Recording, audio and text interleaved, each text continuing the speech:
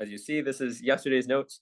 We look at the limits of functions of several variables. So everything we did last time holds true for limits of functions in 3 variables and other number of variables. But because of the complications involved, you're really going to be tested only on the situation 2 variables.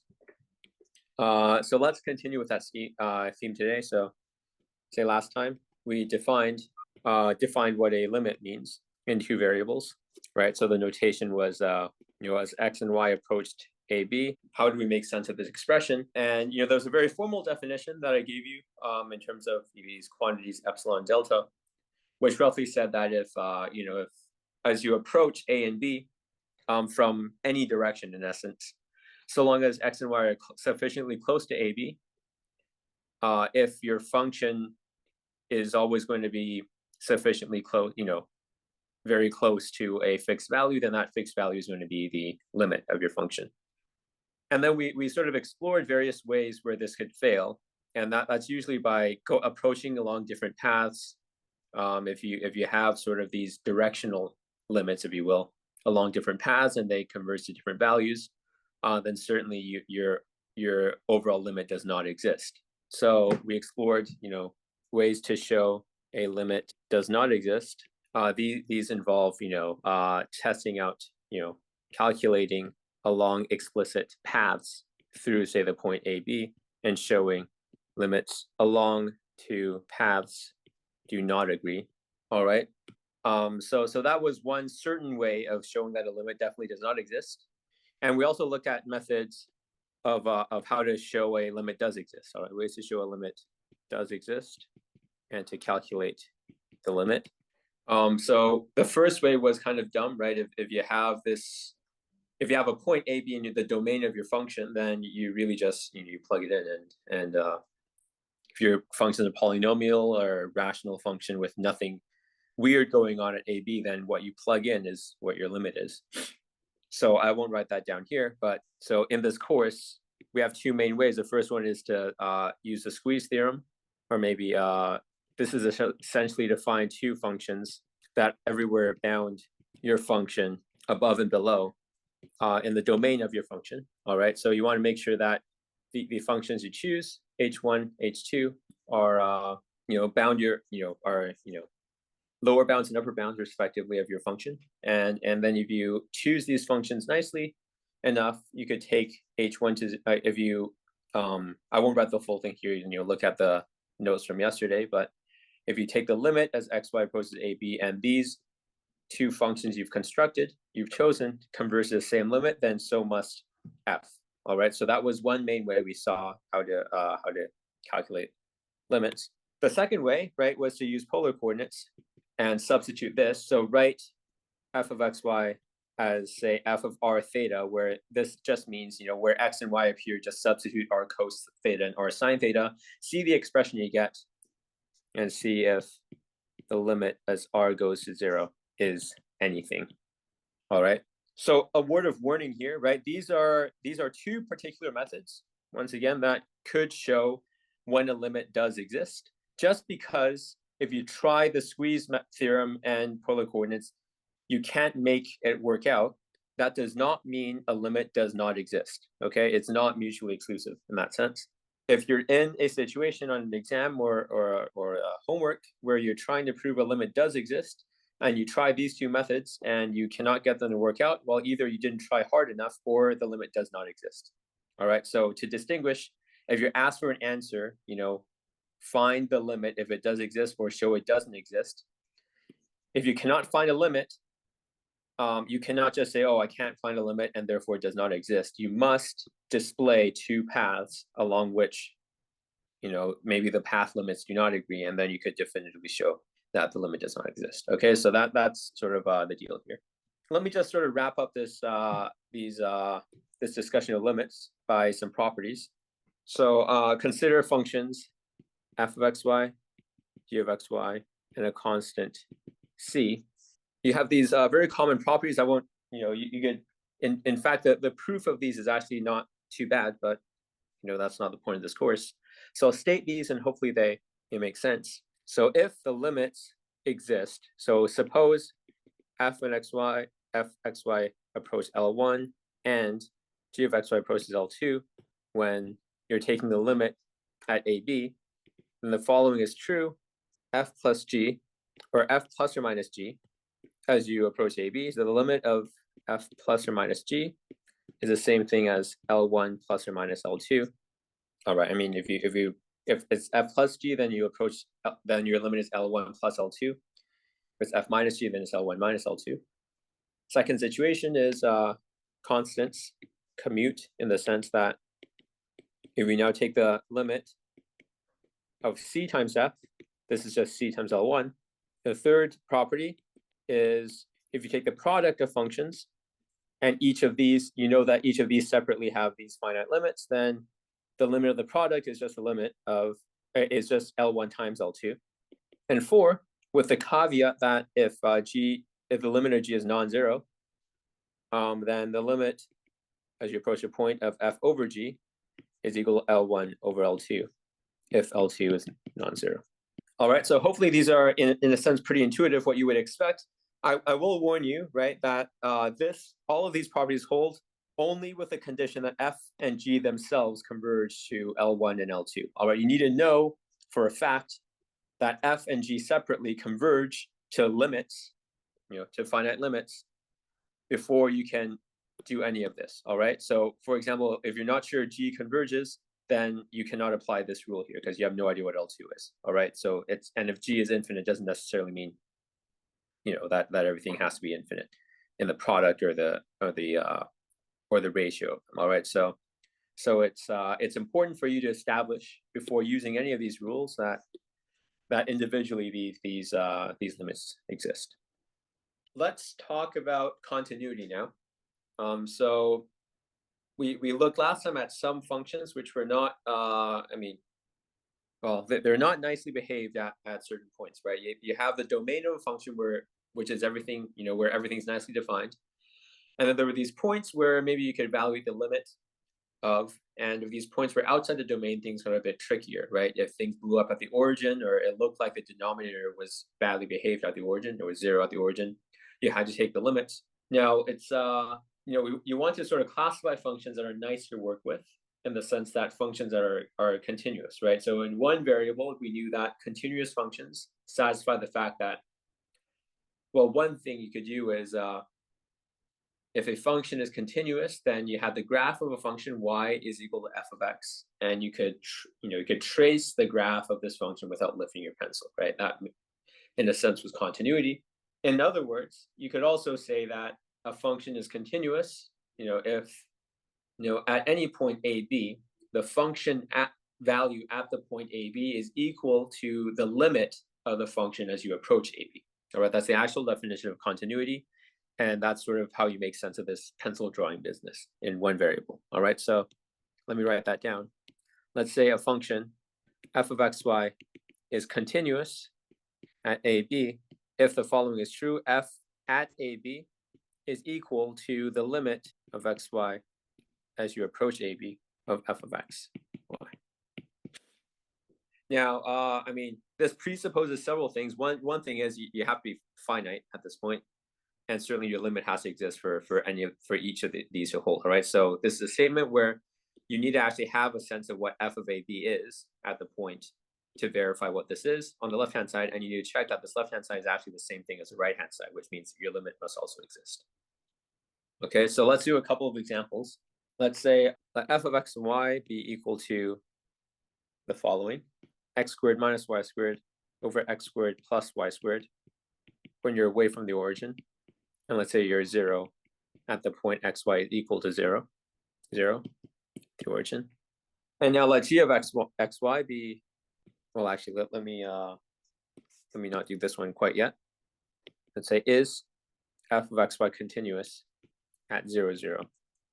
So anyone want to maybe take a look at, or take a educated guess at this? Maybe I will point out that this was one of our examples from last class that we took a limit of at 0, 0, or we tried to see if there was a limit. So this was an example which we saw here. This was g of xy last time, let me fix my typo from last time. Okay, so this is the exact function we had last time, except we didn't define it at 0, 0, right? We just assumed it had natural domain, which was on R2 without 0, and we asked if the limit exists. And we saw that, we demonstrated last time that the limit does not exist. All right, there is no limit when g of xy approaches 0, 0. So in this case, right, this was our g of xy, and we've now plugged in the value at 0, 0. So now this is a function that is technically defined everywhere on R2. Unfortunately, it's not continuous at 0, 0, because first of all, on the left-hand side here, we certainly do have f of 0, 0 is 0, because we force it to be that way. That's how we define this function. But on the right-hand side, this does not exist. So, I mean, if the right-hand side doesn't exist, then certainly you can't have this equal that. Okay, so last time we showed that the limit does not exist, hence f of xy is not continuous at the origin. All right, let's do another related example here. So let's consider a function once again that we saw from last time, where for all points away from the origin, you get this function here, and at the origin you prescribe, let's say, c. Now, actually, let me perhaps modify this a bit. Now, for what value, if any, of c is f of xy continuous everywhere? All right, so let's take a look at any point that's not in the origin. Is f of x and y continuous when you're not at the origin here? So we have a guess already at what c is, but let's I'll get back to that. But outside the origin, it looks like everything's fine, right? This is the ratio, or it's a fraction, right, involving the numerator is a very continuous function, right? X squared plus y squared is continuous. Sine is certainly continuous, right? So together, this is a continuous function. The bottom here, x squared plus y squared, is perfectly continuous as well. It's away from the origin, right? It never vanishes. So when you're away from the origin, this whole thing here looks, it's continuous. And here you're also very continuous, right? Even, at the origin, but away from the origin, certainly this part, you see no issue, right? This is a well-defined function, and it looks like the type that, we're accustomed with.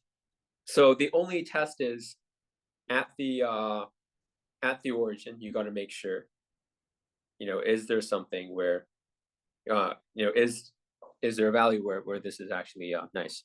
So away from the origin, from 0, 0, there are no issues with continuity. X squared plus y squared is non-zero. So this means that sine of x squared plus y squared over x squared plus y squared is nice and continuous. All right, so hopefully that part's okay. Now the question is at 0, 0. We have an answer in chat that says 4. So for this to be continuous, for f to be continuous, we must have the following. We must have the fact that its limit exists, and we must have the other fact that its limit is equal to c. Okay, so remember our properties for limits. So let's say the limit of x and y as xy goes to 0, 0 of this quantity here, of our overall function, this is equal to the limit of each of these terms separately, if they exist, which we know from last time. And we calculated this to be equal to 1 plus, well, the limit as x goes to 0 here is just 0, plus 1 times 3, so that's 3. So overall, this is 4. So this means that f is continuous if c is equal to 4. So here's a bit of notation. If f is continuous on a region, let's say omega of R2 or R3, could be all of R2 or R3, we notate that f is in C0 of omega, or f is just in C omega, C meaning continuous. All right, so that's just a notational convenience. I'm not sure your textbook uses it, but just in case, in future lectures, if I do this notation C, that just means it's continuous on the region specified in omega. All right. So now that we've figured out what it means for continuity to hold in several variables, it's the next natural step is to figure out what differentiation is, right? So in one variable, it was relatively quick to figure out that you can have continuous functions, and then furthermore, there are certain functions that are differentiable. Now, differentiable is slightly different in general in two dimensions, but maybe we'll start off with something called partial derivatives, which are derivatives along certain directions. So what we'll do here is now you're responsible to know partial derivatives in both 2 and 3 variables. They're pretty much the exact same thing, and it also holds in multiple more dimensions. All right, so several more dimensions. You have a function of several variables. You can take partial derivatives in those senses. This works for f of xy, f of xyz, even more variables. But for illustration, let's only do this for functions of 2 variables. All right, for right now in this this lecture, I'll illustrate this in just 2 variables. So in 2 variables, we could present a 2 variable function as a graph, right? It's if I have a 2 variable function and I have a graph of it, let's say this is a graph of z is equal to f of xy. I could consider a point on this graph. Let's call it a point P. So at the point P, there are a couple things I could do with this. One thing I could do is I could look at the plane that is parallel to the xz plane. All right, so parallel to y equals 0.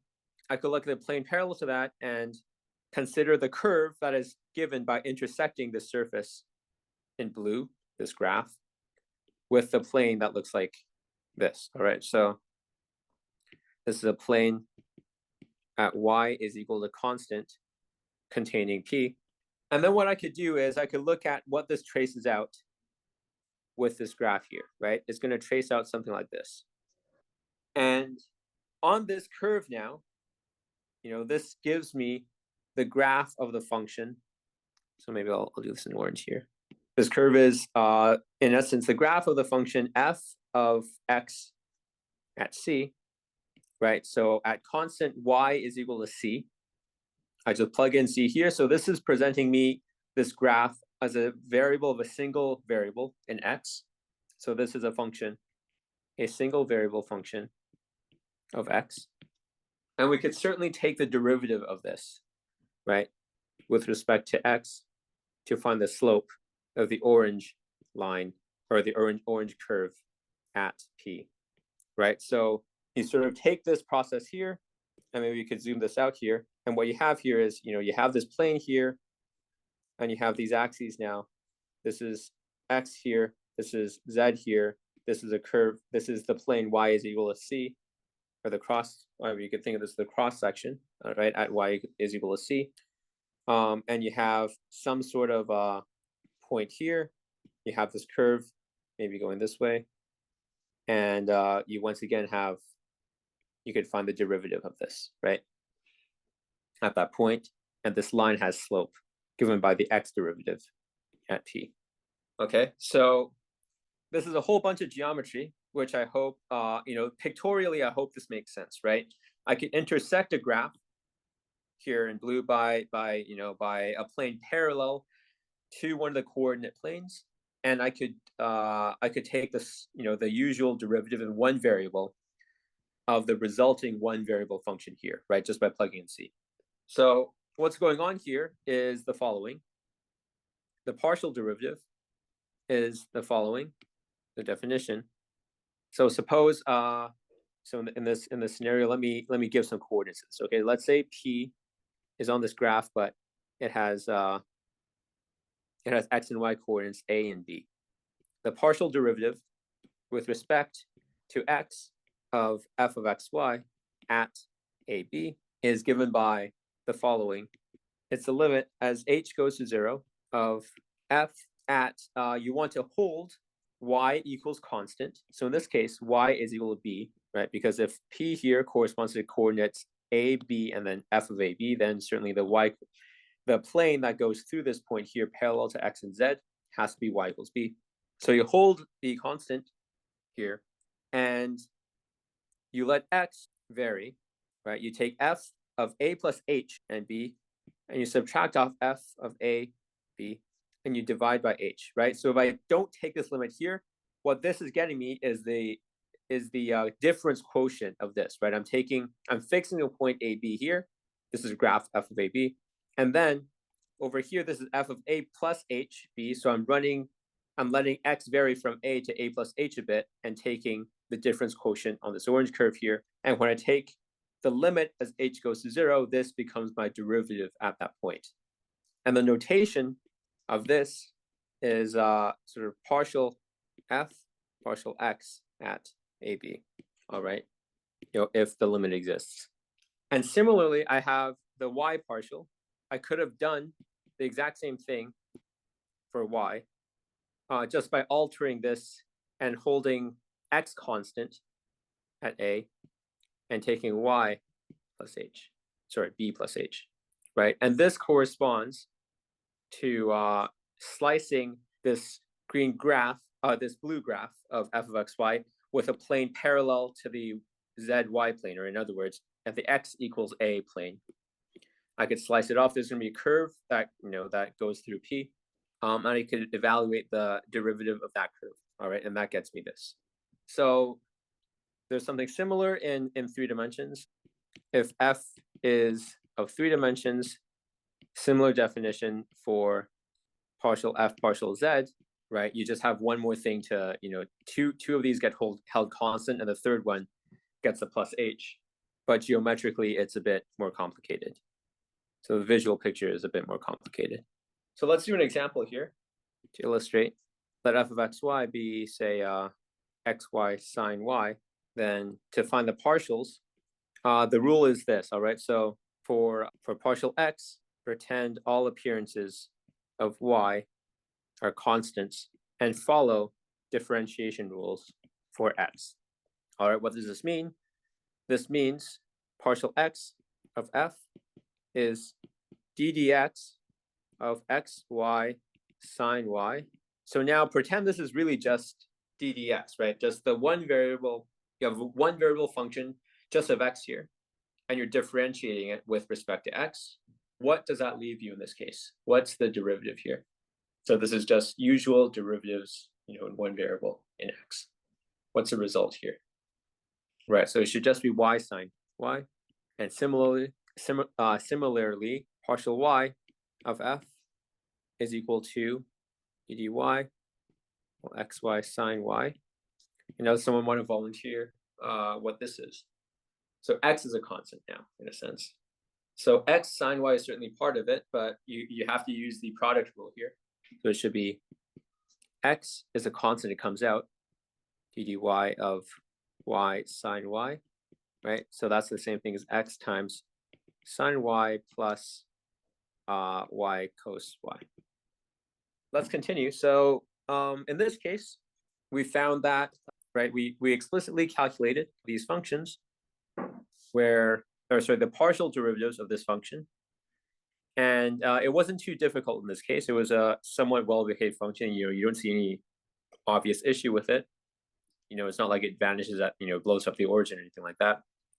And we were able to use these differentiation rules just as they appeared in one variable, and we got these results. And one thing to note here is this is a very nice function in the sense that, note in this example, partial x of f and partial y of f are themselves continuous functions on R2 in this case. So not only, well, if you look at f of xy, this is xy times sine of y. So it's like some polynomial times sine of y, and sine is also a very nice continuous function.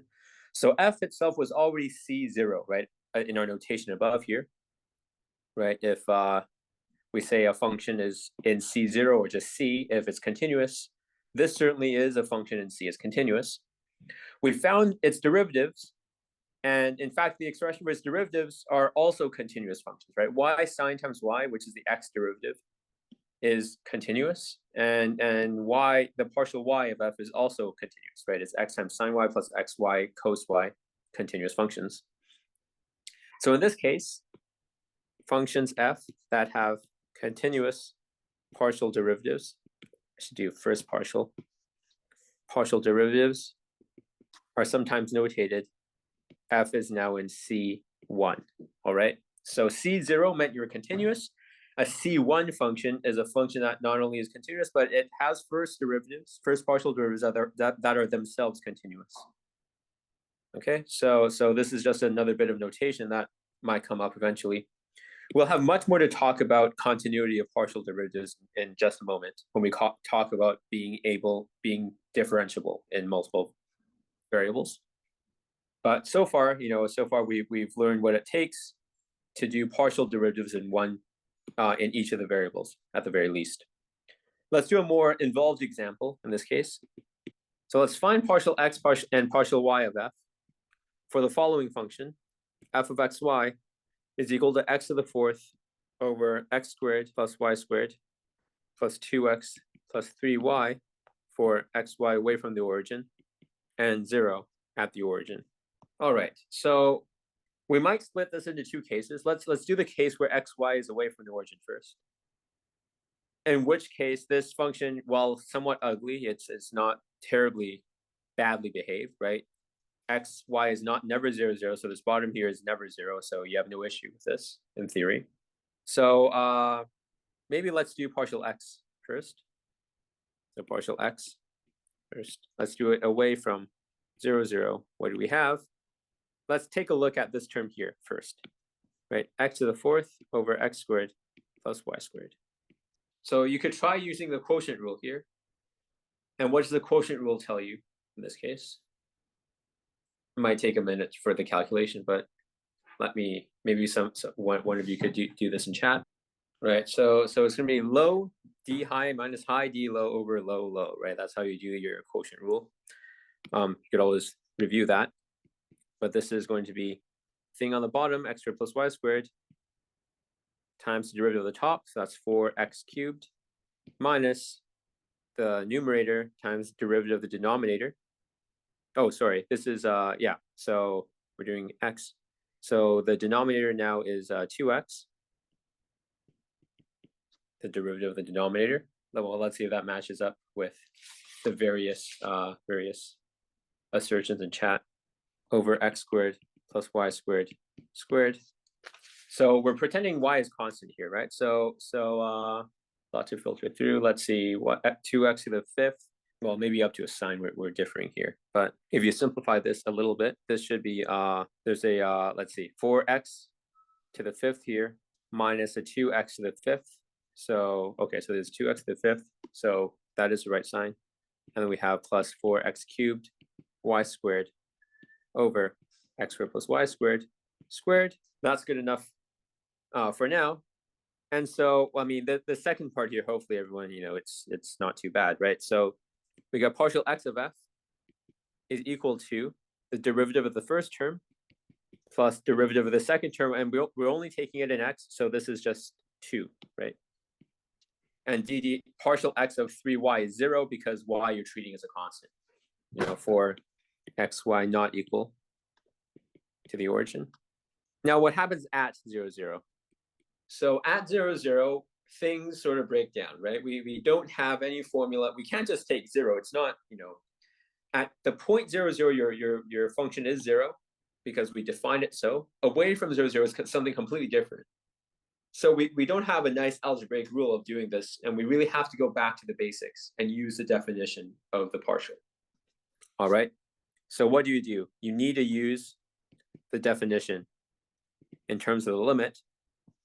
So partial x of f at 0, 0, if it exists, then partial x of f at 0, 0 is going to be the following, right? It's the limit as h goes to 0 of f. You're holding y constant at 0, so it's 0 plus h 0 minus f of 0, 0 over h, right? That's just from the definition of the partial derivative in x. Now, what's the expression? What's f of 0, 0 in this case?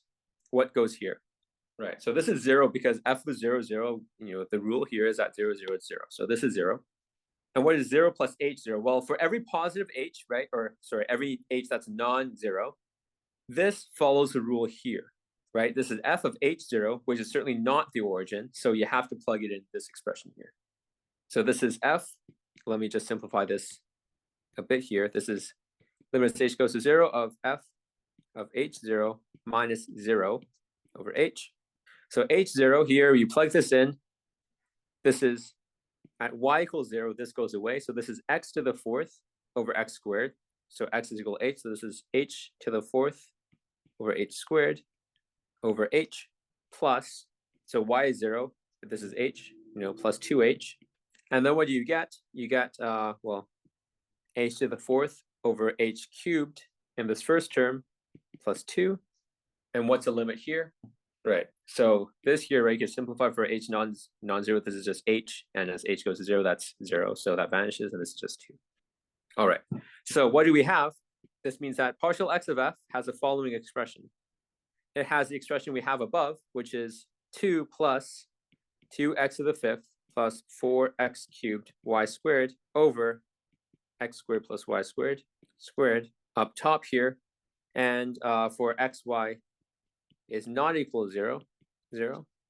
And then what you have on the bottom here is 2 at xy equal to 0, 0. Maybe I'll leave partial y of f as an exercise. All right, so it's good practice for you to see what the derivative is. Maybe a nice bonus question here is let me see. Right, perhaps a nice follow-up. Let's take the same f of xy as above is partial x of f continuous. Away from the origin, it seems so, right? Away from the origin, you certainly have, you have 2 plus some rational function, right? And the rational function, the denominator is always non-vanishing away from the origin. So you have no issues with continuity of partial x of f away from the origin. Now, what happens at the origin? Is this continuous? What should we verify for this term? What do we need to verify in order for this overall piecewise function to be continuous at 0, 0? What does the limit of this have to be? Right, so overall, this quantity here has to converge to 2 when you approach the origin, which means that this term here has to vanish, right? Right, the limit of this is the same as the limit of this plus the limit of this, if the limit exists here. So first of all, got to show the limit actually exists, and secondarily, got to show that the limit is actually 2. Right, so from 0, 0, no issues. Partial x of f is equal to constant plus a rational function, and the rational function has non-vanishing denominator. At 0, 0, need to check the limit as xy goes to 0, 0 of partial x of f is equal to 2. All right, so let's take a look at this. Does anyone have any proposals for how we might approach this? So the strategy here is probably, right, we have 2 techniques here to check if this thing is if we can prove that a limit exists, right? We could squeeze this, or we could do a polar coordinates. Right, so we need to figure out how can we show this limit actually exists and is 0. So one thing you should note here is let's look at the powers, right? This is also a general technique you could use in a lot of these examples. Look at the powers in x and y, right? So roughly speaking, what you could do is you could say, you'll have to actually have to write this out, but the intuition is as follows. When you do a polar coordinate switch, x and y each count for 1 power of r, right? This is, an x is r cos theta, y is r sine theta. But when you raise the powers, there's a factor of r associated to x and a single power of r associated to y. Overall, on the bottom here, you have r squared, so that's r to the 4th. Here you have something that's r to the 5th. Here you get r to the 3rd, and from y you get r squared again. So together this counts for the power of r to the 5th. So everything on top here is something time a lot of junk in cosines and sines times r to the 5th, right? You could factor r to the 5th out, and you're dividing out by a power of r to the 4th. So heuristically, if you have something that behaves like r to the 5th up top and r to the 4th on the bottom, when r goes to 0, does that, how does that behave? Does that go to 0? Does it go to infinity? You have r to the 5th over r to the 4th, right? So the power on top wins, right? You have a higher power of r up on top. than a power of r on the bottom. So because of that, you could, you say, okay, well, it's, I just got to write this out now to make it all nice and formal, but I know that overall the power of r here is larger than the power of r on the bottom. So when r goes to 0, which is the proper limit I need to take, this overall thing vanishes. So if I just take a look at 2x to the fifth plus 4x cubed y squared over x squared plus y squared over 4, or sorry, to the squared. So in polar, this gets me r to the fourth on the bottom, 2r cos theta to the fifth plus 4 r cos theta to the third r sine theta squared. Let's factor everything out for r on the top. So we get r to the fifth over r to the fourth times a bunch of junk, right? Cosine to the fifth plus 4 cosine cubed theta sine squared theta. So what do we have? We have the following: r times, we could make very crude bounds here. This is our expression here.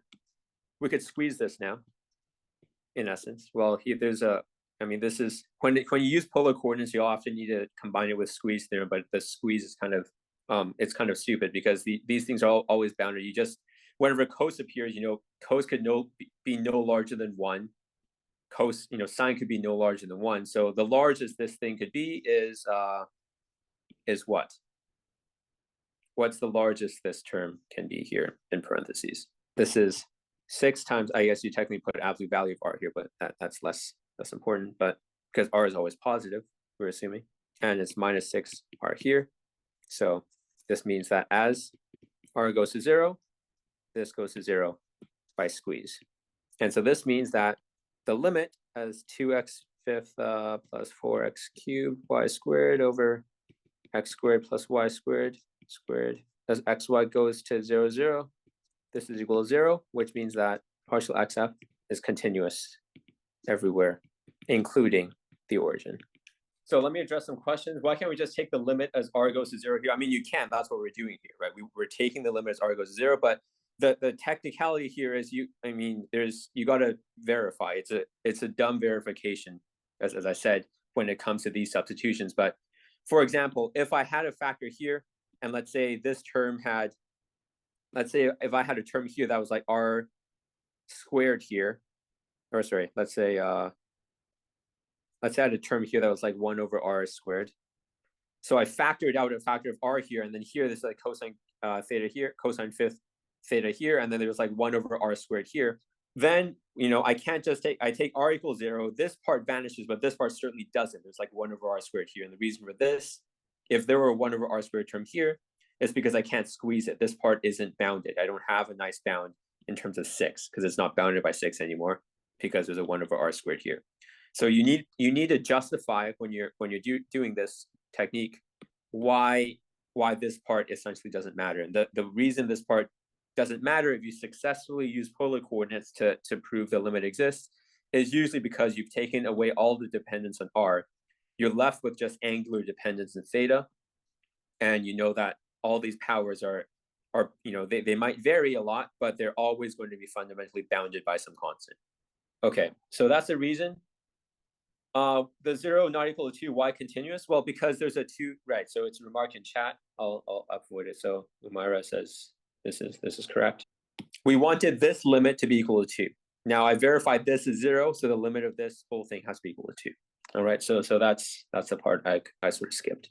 But I mean, we said it here, right? We need to check this limit is equal to 2, but partial x of f is this whole thing. It's not just this. We just verified this, but that's a hard part. The limit of 2 is always going to be equal to 2. Okay. As an exercise, you could also probably verify yourself once you calculate out partial y of f, whether partial y of f is continuous or not. So that could be left as an exercise. The answer, I believe, is yes, but you should probably check that. Let's see. Which order should I do? Okay, so let's continue. Let's do second order partials. So once again, I hope it comes as no surprise that you could also take higher order partial derivatives.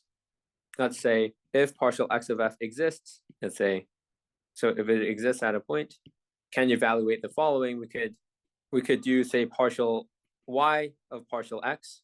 This is sometimes notated, or well, partial y, partial x of f squared at AB. This is equal to the difference quotient of partial x of f. So this is the same thing as you take partial x of f, and you want to take the y derivative of this now. So you fix what x is, and you change what b is, or what y is, and you want to take the difference quotient. You could also have the same thing, but for x again. So this is sometimes just notated. There's just partial x on the bottom. So you could take an x derivative of your partial x again. And what this is you're holding your derivative constant in b, or in y, and then you're varying what x is. You have a similar quantity for partial, let's say, partial x, partial y of f, partial y squared. Or in higher variables, you also have, partial z, partial x, partial z squared, etc. All right, so you could take any combination of these, and they also kind of make sense. Now, one thing that you might be wondering, because notationally they're very similar, right? You say, okay, well, I could take partial x first, and then I could take partial y of that, or I could take partial y first and then take partial x of this, and maybe for completely just practical reasons, you're like, okay, well, what if I'm really tired and I just forget which one goes first? Does it matter whether I take x first and then y, or y first and then x? And the answer is it really doesn't matter for most functions, except for cases where the second derivatives are not continuous. All right, so you have this fundamental property, which is something called Clairaut's theorem. So if these derivatives are both exist at a, b, and each of these functions are continuous and are continuous at a, b, then you have the following. You have the fact that partial squared, the second order mixed partials are equal to each other.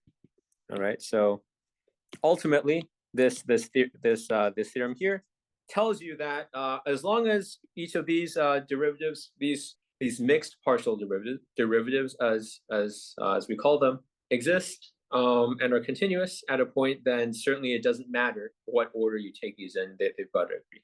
So this also holds in more variables as well. Okay, by the way, I'll say this verbally, maybe I'll write this down some other time when we actually need it, but there's a similar notation, which is, suppose you have a function and you have all its second derivatives of yx, xy, x squared, y squared, right? All these second order derivatives, and every single one of these second order derivatives are continuous. Then that means that your function is in C2.